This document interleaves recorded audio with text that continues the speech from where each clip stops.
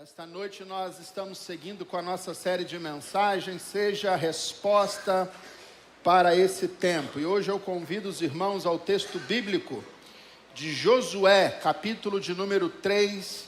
Vamos ler a partir do versículo de número 1. Hoje nós vamos falar aos irmãos, gere expectativa para o mover de Deus.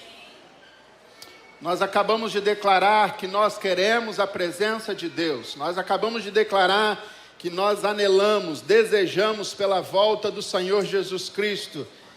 Então nós devemos criar expectativa em nosso coração para aquilo que ainda Deus tem por realizar. Eu creio que Deus ainda quer fazer algo novo, diferente no nosso meio. Amém, meus irmãos? Portanto, gera essa expectativa para o mover sobrenatural de Deus em sua vida. Josué capítulo 3, Antigo Testamento, Josué é o 6º livro da Bíblia, capítulo 3, verso de número 1, a Bíblia diz: Josué se levantou de madrugada, e tendo ele todos os filhos de Israel partido para Sitim, vieram até o Jordão e pousaram ali, antes que passassem. Ao fim de 3 dias, os oficiais passavam pelo meio do arraial, e deram ordens ao povo, dizendo: quando vocês virem que os sacerdotes levitas estão levando a arca da aliança do Senhor seu Deus, saiam também do lugar em que vocês estão, e sigam a arca. Contudo, deixem uma distância de cerca de 1 quilômetro entre vocês e a arca. Não se aproximem dela. Desta forma, vocês saberão o caminho pelo qual devem ir, visto que nunca antes passaram por tal caminho. Josué disse ao povo: santifiquem-se, porque amanhã o Senhor fará maravilhas no meio de vocês. Santifiquem-se, porque amanhã o Senhor fará maravilhas no meio de vocês. Vamos orar, meus irmãos. Pai, lida a sua palavra essa noite, por graça e misericórdia. Pedimos, ó Deus, a ação sobrenatural, o mover sobrenatural do Teu Espírito Santo. Cremos, ó Deus, que o Teu Espírito é aquele que age, o Teu Espírito é aquele que se manifesta. E, ó Deus, que a única voz a ser ouvida neste ambiente seja a voz inconfundível do Teu doce e santo Espírito. Pai, em nome de Jesus, que nenhum mover humano, que nenhuma atmosfera criada por intenção humana venha se estabelecer essa noite neste lugar, mas que o mover de Deus, que o mover do Espírito Santo tenha liberdade neste lugar esta noite. Amém. Nós assim oramos, em nome de Jesus. Amém. Amém. A nossa vida, ela é uma série de rotinas. Essa é uma grande realidade. Às vezes a gente sai um pouco da nossa rotina aqui, outra ali, mas a rotina é boa e ela é importante. Sabe o que faz aquele final de semana ser tão bom para você? Já viu quando você pega o seu esposo, sua esposa e seus filhos, vocês saem um final de semana e aquilo é tão bom para você? É por quê? Porque você vive uma rotina e sair da rotina se torna importante. Agora, a rotina da nossa vida também é importante. E existem rotinas diárias, semanais, mensais e até rotinas anuais. Não, fevereiro, março, não, janeiro é o mês das minhas férias, eu não quero saber de mais nada. É a minha rotina. Não, dia tal eu pego a minha esposa, aniversário de casamento, a gente sempre sai, é a nossa rotina. A questão é que passa-se ano e passa mais ano, e a pergunta que eu lhes faço é a seguinte: será que está tudo igual? Será que nós vivemos as nossas rotinas por viver? Será que nós criamos expectativas para aquilo que Deus pode realizar na nossa vida? Qual é a nossa intenção? Qual é a intenção do nosso coração? Será que nós nos levantamos pela manhã desejando novas mudanças, novas perspectivas? Ou será que nós vivemos uma grande mesmice? Será que nós vamos levantar amanhã E muita gente fala isso, né? Que a segunda-feira sempre é o dia ruim. E nós já quebramos isso aqui em nome de Jesus, meus irmãos. Segunda-feira de manhã vai ser o melhor dia para você. Manda embora para lá, né, presbítero Elias? Segunda-feira de manhã tem que acordar animado. Por quê? Porque isso vai caindo na rotina. A gente espera algo talvez para o domingo, para uma celebração de culto, talvez por um ambiente diferente. Mas quantos de nós estamos desejosos de ver o sobrenatural de Deus, o mover de Deus na rotina da nossa vida? O sobrenatural de Deus, ele vem sobre as nossas vidas. E a Bíblia fala isso. Apocalipse, João vai escrever no capítulo de número 21, verso 5, Deus vai nos dizer: eis que faço novas todas as coisas. Meus irmãos, Deus tem coisa nova para a nossa vida. Você crê nisso, amém? Deus tem coisas novas para a vida da nossa igreja, amém, meus irmãos? Deus tem coisa nova para nós, amém, meus irmãos? A vida é um caminho. E Josué, no capítulo de número 3, chama o povo, não é para outra coisa, senão para esta caminhada. Venham, sigam, venham, dirijam-se para um caminho. A vida que Deus estava chamando o povo de Israel para exercer era um caminho e não uma estrada. A vida cristã, ela é um caminho, ela é dinâmica, ela é ativa, ela é movimentada. Contudo, há um destino final. Mas enquanto nós não chegamos lá, essa caminhada ela não é apática. Essa caminhada ela é ativa, ela é vibrante. Todos aqueles que andam perto de Deus podem provar daquilo que eu estou falando. Porque quem anda perto de Deus, anda debaixo de uma expectativa daquilo que Deus vai realizar, daquilo que Deus vai fazer. E muitas vezes isso não está tão claro na nossa mente, mas é uma realidade de Deus para cada um de nós. Deus, Ele, antes de mudar o mundo através de uma pessoa, Ele primeiro quer mudar o mundo desta mesma pessoa, disse Mário Simões. Deus mudou Abraão. Ele disse: sai da tua terra. Deus mudou José, escravo, servo, prisioneiro no Egito, e ele se tornou governador. Deus mudou Moisés, foi criado, foi cuidar de ovelhas por 40 anos, para cuidar de um povo, por mais 40. Davi fugiu por muitos anos, desde o dia em que foi ungido rei de Israel, até o dia que ele tomou posse da promessa.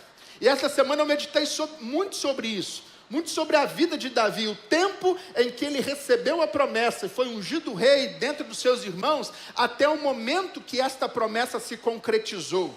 Foi um caminho.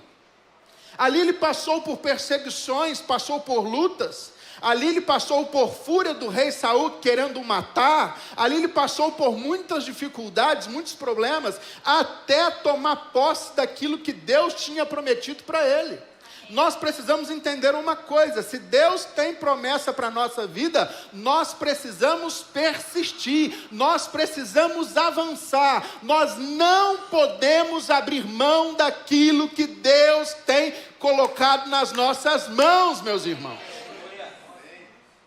Eu e você, nós não podemos abrir mão das promessas e das bênçãos de Deus sobre a nossa vida. Se há uma promessa, se há uma manifestação de Deus, nós não podemos vender isso por um prato de lentilhas.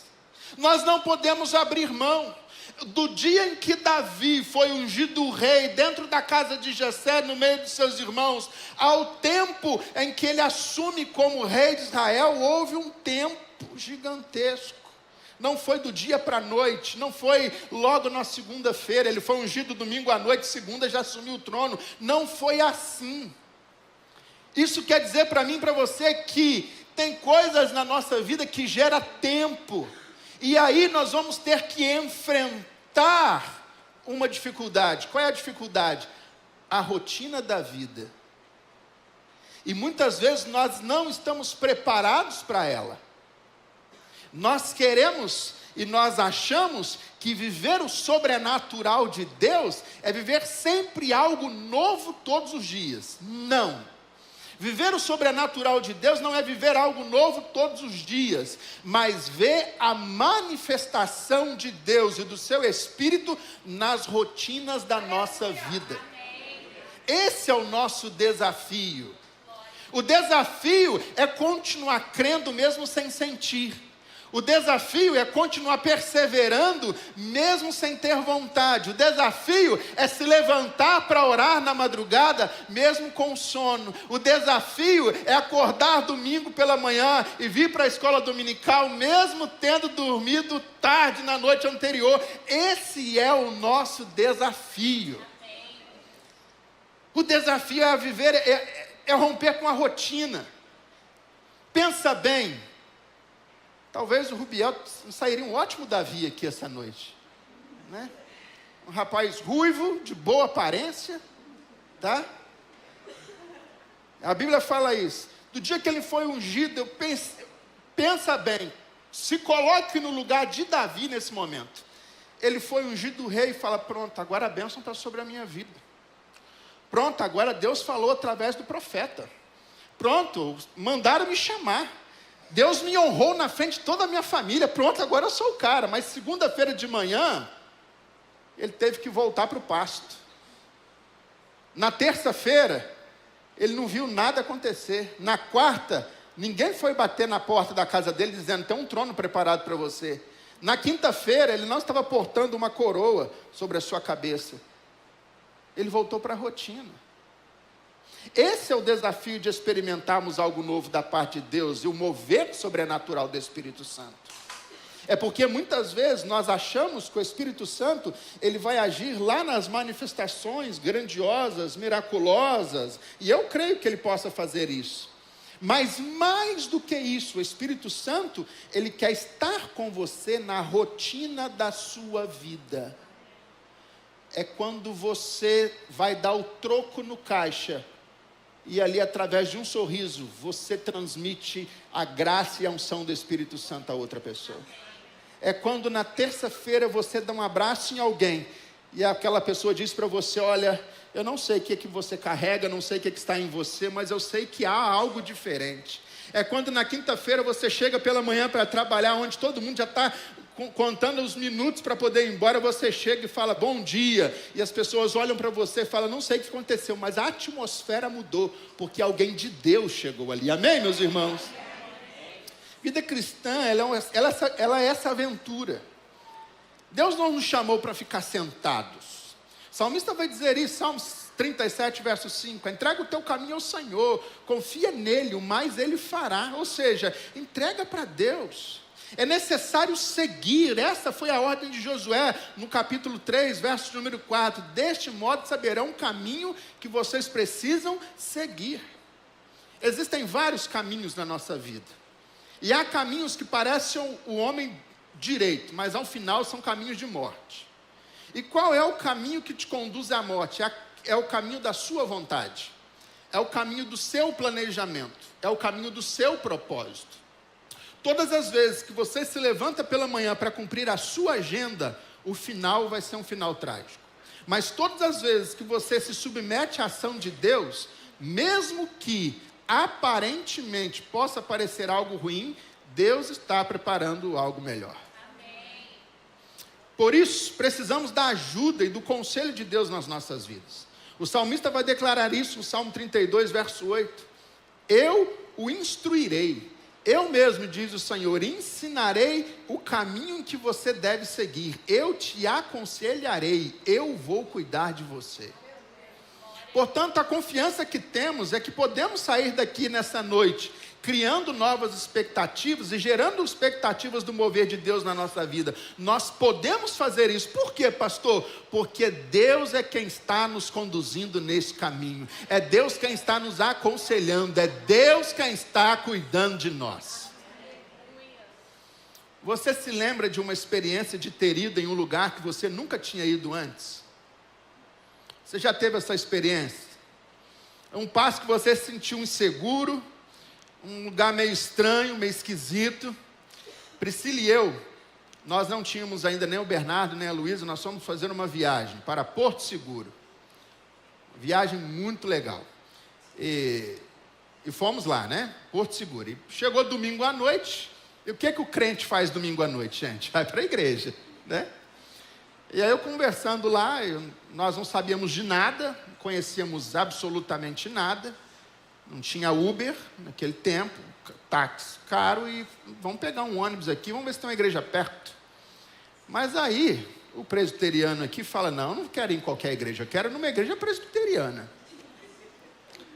E aí eu desci o hall do hotel lá e perguntei ao rapaz, onde tem uma igreja presbiteriana aqui? E ele falou, eu sou da igreja presbiteriana. Eu falei, que bênção. Nós somos irmãos em Cristo, então? Me fala aí onde é a sua igreja. Não é fácil chegar, pastor. É facílimo chegar. Vocês vão pegar o tal ônibus e vão parar em tal lugar. Beleza, tudo certo, tudo certo. E nós pegamos o ônibus, entramos dentro do ônibus e o ônibus começou a andar por dentro de Porto Seguro. Saiu do lugar ali de onde nós estávamos, eu não tinha ideia de onde nós estávamos mais. E eu e a Priscila sentados, um falando com o outro. E agora, o que vai ser? E eu cheguei perto do motorista e falei, olha, eu estou indo para uma igreja. A igreja fica em tal lugar, tal. Beleza. Quando a gente começou a andar, daqui a pouco começa a chover. E aí fica escuro, frio e chovendo. E daqui a pouco o ônibus para. O ponto estava aqui, um campo muito grande e a igreja lá do outro lado. Chovendo, à noite. Atenção, diáconos, olha aí, a igreja, 7 horas da noite ainda não estava aberta. Um lugar escuro, esquisito, não conhecia, não sabia, chovendo, como é que eu atravesso, um campo grande, como é que eu atravesso, quase um campo de futebol assim, como é que eu atravesso lá para o outro lado para poder ir para a igreja? E cheguei, olhei para a igreja assim, tudo apagado. Eu falei com a Priscila, vamos ficar quieta aqui no nosso lugar, não vamos descer. A gente vai até o ponto final e volta. Só que aí, meus irmãos, o ônibus começou a andar pela periferia de Porto Seguro. Começou a andar, e a gente começou a ficar preocupado. E a gente começou a ficar com medo. E aí a gente caiu na besteira de falar para o cobrador, falou assim, como é que é esse negócio? Não, pode descer aqui, não, porque a gente parou de buscar a igreja. Não, porque a gente está buscando um restaurante. Não, mas tem um bom restaurante aqui. Não, então vamos fazer o seguinte, vamos até o final. Só que, eu não sei, é uma questão da cultura de lá. Não por mal, por favor, não. Mas daqui a pouco, eu sei que o cobrador começou a conversar com o motorista acerca do nosso caso. Que nós estávamos perdidos e que a gente precisava voltar. E daqui a pouco todo mundo do ônibus estava dando opinião acerca de onde nós estávamos. E eu precisava falar, pronto, agora todo mundo sabe que a gente não é daqui, que a gente é turista, que a gente... Pronto, agora acabou para a gente. Nós fomos. Paramos no ponto final, que eu não faço ideia onde seja. Não tinha, era um lugar como se fosse um acampamento. Não tinha luz, gente. E nós paramos ali, falou, nós não vamos descer do ônibus. Nós vamos ficar aqui. Só nós dois, o motorista e o trocador dentro do ônibus. Vamos ficar quietinho. Aí ele teve compaixão de nós e voltou. Quando voltou, nós passamos em frente à igreja de novo, estava aberta. Eu falei, não quero nem olhar para essa igreja mais. Vamos seguir. Hoje o pastor, que era pastor dessa igreja nessa época, é meu amigo hoje. Eu nem sabia que ele estava lá, mas nós seguimos reto, descemos, fomos para o hotel, chegamos e falou, Deus, o Senhor nos guardou, obrigado, Senhor. Imagina bem Deus chegar para você e falar, pega um ônibus, que eu vou te levar para uma igreja. Pega um ônibus, você vai ter que enfrentar chuva, você vai ter que enfrentar incerteza, que você vai ter que vencer um campo, você vai ter que ficar na porta dessa igreja chovendo, com portas todas fechadas. Pensa bem a proposta de Deus para você, se fosse essa. Muitas vezes, na nossa vida, lógico, Deus não nos põe em furada, mas muitas vezes Ele vai nos provar diante deste caminho. Muitas vezes Ele vai tirar algumas coisas para poder criar em nós uma perseverança tal que a gente não desista da nossa caminhada. Josué disse, vamos seguir. Seguir para onde? Para o caminho em que Deus vai nos levar. Gente que quer experimentar o sobrenatural de Deus é gente que se submete à direção do Espírito Santo de Deus na sua vida. Portanto, esse tempo que nos resta, eu quero conversar um pouquinho com vocês essa noite sobre isso. Gera expectativas para o mover de Deus. E como que eu faço isso, pastor? Primeiro, preparando-se. A Bíblia diz, verso de número 5 do texto que lemos: Josué disse ao povo. Como é que está na sua Bíblia aí? Já fechou sua Bíblia? Nós somos uma igreja que prega a palavra. Então, por favor, deixe sua Bíblia aberta. Josué disse o quê? Verso de número 5 ao povo: santificai-vos. Josué disse o seguinte: olha, ninguém consegue nessa caminhada provar demais de Deus, ninguém nesse caminho consegue ver algo grandioso de Deus, se não se preparar antes, se não se santificar antes. Irmãos, entenda uma coisa: antes de Deus fazer algo grande através de você, Deus vai realizar algo grande em você. Então, antes de Deus transformar a sua volta, antes de Deus transformar a sua vida, o seu casamento, a sua família, os seus negócios, Ele quer transformar a sua vida.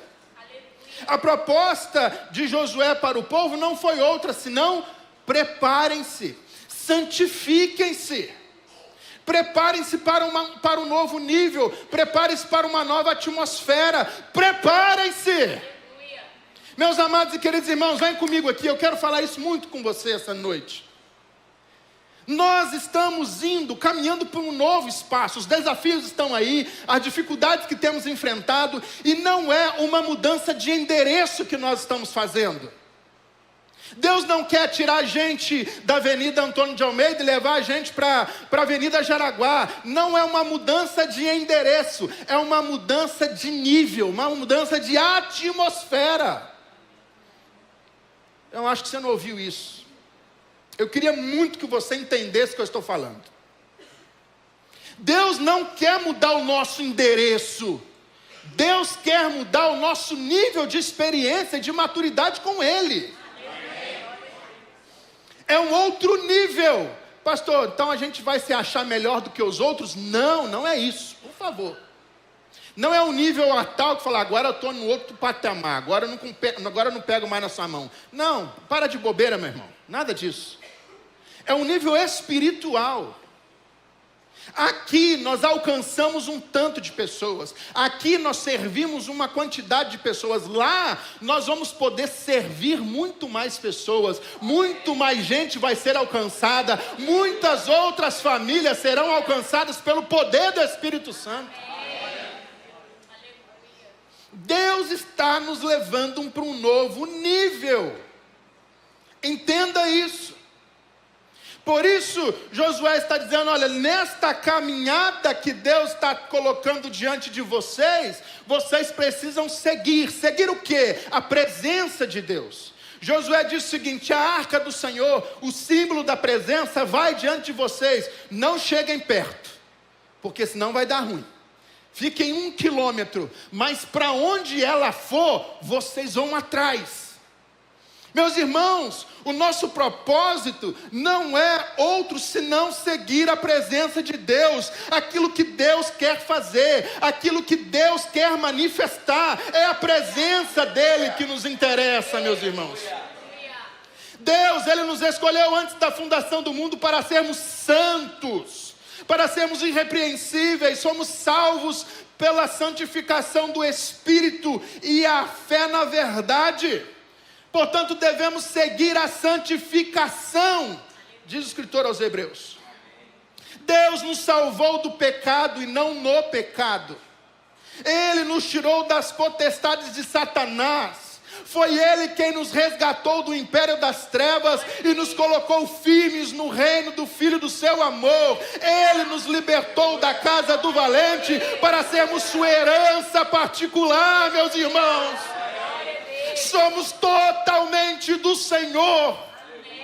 Santificai-vos, separem-se das coisas do mundo, separem do pecado, abram mão das suas vontades, abram mão daquilo que você quer, porque Deus vai fazer grandes coisas através de vocês. Santifiquem-se. Sem santificação ninguém verá o Senhor. No céu não entra nada contaminado, só os puros de coração verão a Deus. Santificação não é uma alternativa para os salvos, é uma exigência inegociável. O santificai-vos é condicional. Aqui. É uma condição. Se você quer ver amanhã o Senhor fazendo maravilhas no meio de vocês, santifiquem-se. E essa ideia de santificação não é muito atrativa para os nossos dias. Porque santificação exige responsabilidade, exige machucar o nosso eu, exige abrir mão da nossa vontade. Santidade é uma das marcas da verdadeira igreja. Todo aquele que é salvo por Cristo Jesus é santo, é separado do mundo e é unido a Cristo. Aleluia. Ser separado do mundo é diferente. É ser diferente dele, porque agora nós somos consagrados para Deus. Não existe mais peso para nós. Essa santidade não é imposição de regras, mas são preceitos. Se torna, não é fardo, mas é caminho. A arca vai se levantar, ela vai direcionar o caminho. Vocês vão atrás, mas para isso, santifiquem-se. A Bíblia diz que sem santificação ninguém verá o Senhor. A Bíblia diz que nós somos salvos do pecado e não no pecado. Santidade não é um conjunto de regras religiosas impostas como fardo sobre pessoas. A piedade não é algo exterior. Os fariseus, na época de Jesus, eles arrotavam uma santidade externa, mas estavam cheios de impureza. E Jesus chama isso de sepulcro caiado, que é bonito por fora, mas fétido e podre por dentro. Esses homens, eles eram observadores da lei aos olhos dos homens, mas transgressores da lei aos olhos de Deus. Tanto é que, na época de Jesus, haviam dois sumos sacerdotes, Anás e Caifás. Só podia ter um.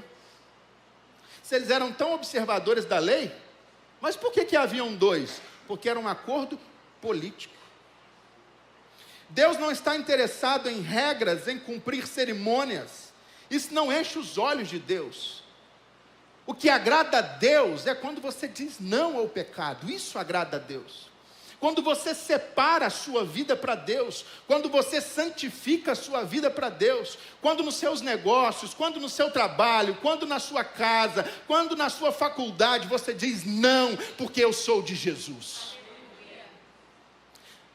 Você quer ver Deus fazendo amanhã coisas maravilhosas no meio de vocês? Quantos desejam aqui essa noite?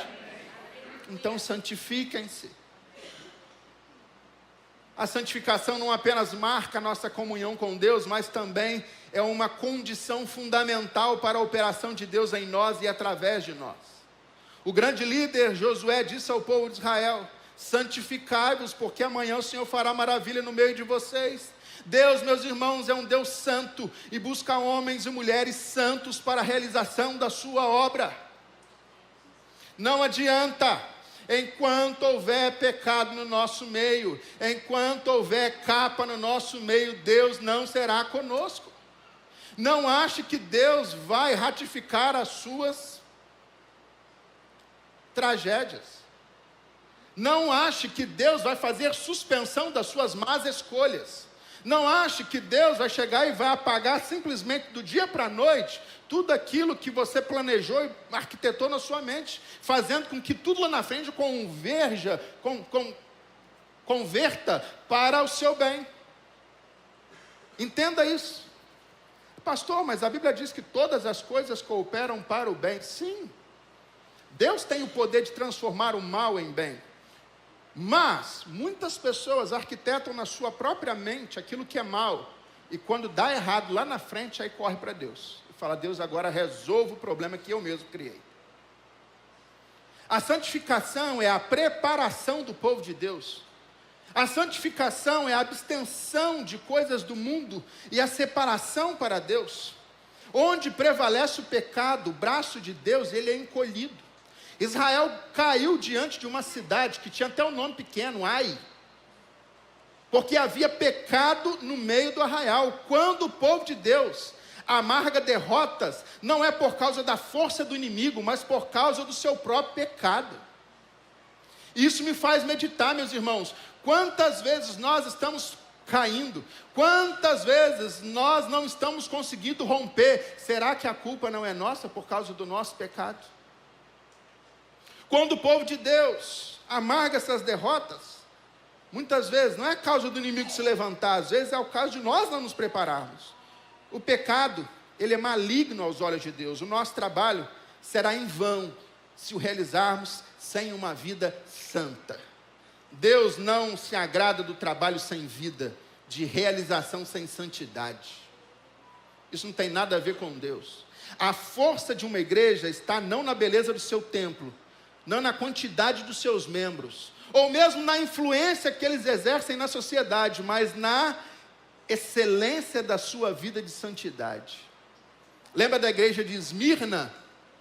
Esmirna se achava fraca aos olhos dos homens, mas era forte diante de Deus. Ao passo que Laodiceia diz: eu estou rica e abastada, e não tenho falta de coisa alguma, ou seja, eu sou rica diante dos homens, mas Deus disse para ela: você está pobre, cega e nu. Vocês precisam comprar colírio, porque vocês não estão nem conseguindo enxergar de verdade o que precisa. Há um hino da Sarah Kalley, acho que é Kalley, a esposa do pastor que foi pioneiro do trabalho protestante no Brasil, Robert Kalley. E ela, uma grande compositora, professora, e ela, quero ler só um estribilho de um dos hinos que ela escreveu, que diz mais ou menos assim: maravilha soberana outros povos têm, ó, concede as mesmas bênçãos sobre nós também. Santo Espírito, ouve com favor, em poder e graça, insigne, mostra o teu favor. Ter uma vida santa, reta e limpa diante de Deus, é entender que a gente precisa fazer a nossa parte nesse processo. Portanto, você pode criar expectativas de que Deus tem algo melhor e maior para a sua vida amanhã. Mas para isso, você precisa antes começar a se santificar hoje. Talvez, se Davi fosse ungido rei dentre os seus irmãos no domingo e na segunda assumisse o posto, talvez ele não fosse o grande rei Davi que nós conheceríamos até hoje. Por isso esta caminhada, esta jornada foi necessária para que ele pudesse ser moldado na sua força, na sua confiança em Deus, na sua vida com Deus, no seu testemunho ao lado de Deus, na sua preparação e maturidade espiritual diante de Deus. Portanto, meus irmãos, há uma frase anônima, e eu termino com essa frase essa noite, que para mim foi impactante. Ela diz o seguinte: o lenhador nunca perde tempo quando afia o seu machado. Vou repetir. O lenhador nunca perde tempo quando ele está parado afiando o seu machado. Entenda uma coisa: quando você está passando por dificuldades, por questões hoje, e você parece que Deus não está me ouvindo, parece que as coisas não estão acontecendo, na verdade Deus está preparando, Deus está construindo, Deus está fazendo. Então, para e aprenda a afiar o seu machado. Aprenda a se preparar para aquilo que Deus tem para colocar na sua mão. Deus nunca vai colocar algo grande na sua mão se você não estiver preparado para isso. Por isso essa caminhada, vocês vão provar amanhã de coisas grandes que Deus tem para realizar na vida de vocês. Mas preparem-se hoje. Porque enquanto não houver preparação, enquanto não houver santificação, o melhor de Deus é barrado. Nós podemos provar o melhor de Deus. Paulo vai escrever aos Filipenses: segundo a minha ardente expectativa e esperança, que em nada serei envergonhado. Creia, meus irmãos, que Deus vai realizar grandes coisas através de nós. Quantos creem nisso essa noite? Espere receber coisas boas, coisas perfeitas de Deus. Deixa de ser pessimista, negativo. Espere coisas melhores. Espere, busque. Anele por crescer, anele por desenvolver, anele por voar.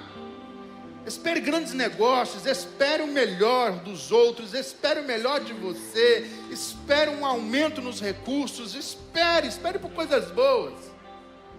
Amanhã o Senhor fará maravilhas, mas para isso, se preparem, santificai-vos, porque amanhã tem coisa grande e nova de Deus esperando por você.